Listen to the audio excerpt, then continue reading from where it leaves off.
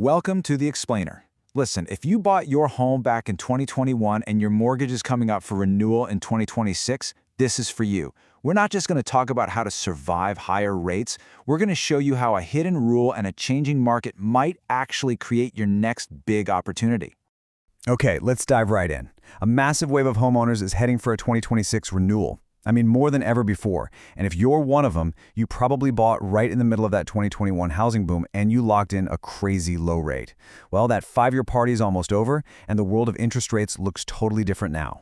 If you got your mortgage back then, you are almost certainly staring down a pretty significant jump in your monthly payments. And yeah, that can feel really daunting. But here's the thing.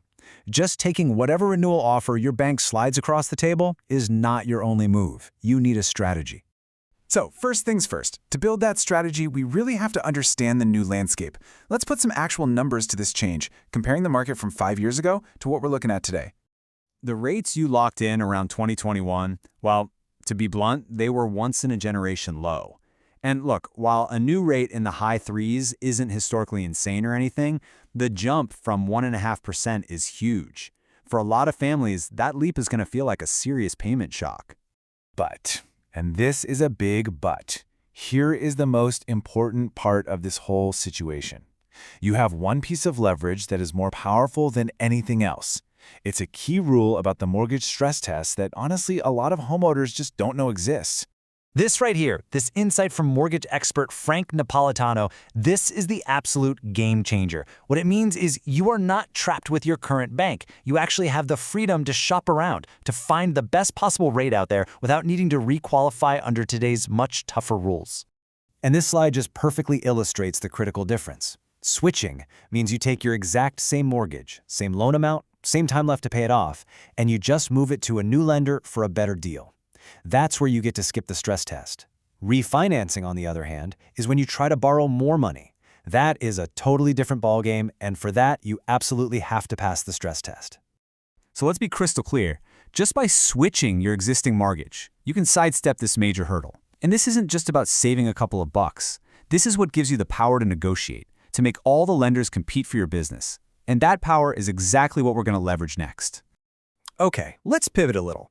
Let's talk about the market itself and see how this all connects to a potential opportunity for you. Because higher rates are one part of the story, but what's happening with home prices, that's the other. You know, when you hear headlines about a softer market, if you're a homeowner, that can sound a little scary. But expert Philip Soper points out the flip side. A market that isn't so frantic actually creates more balanced conditions, especially if you're thinking about making a move. Now this is where it gets really interesting. This forecast from Royal LePage, it's showing two different stories playing out. While detached houses are expected to see some modest growth, the condo market is predicted to keep softening up, especially in big cities like Toronto and Vancouver.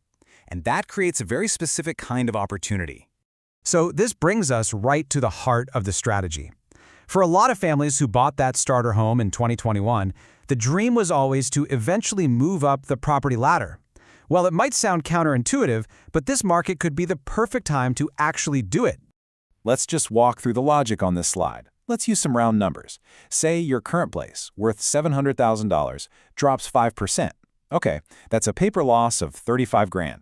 But that $1.2 million home you've been dreaming of, it also drops 5%. Well, that's a price reduction of $60,000. The result? The gap between your home and that next home just shrank by $25,000, making the move more affordable, not less. So, let's tie it all together.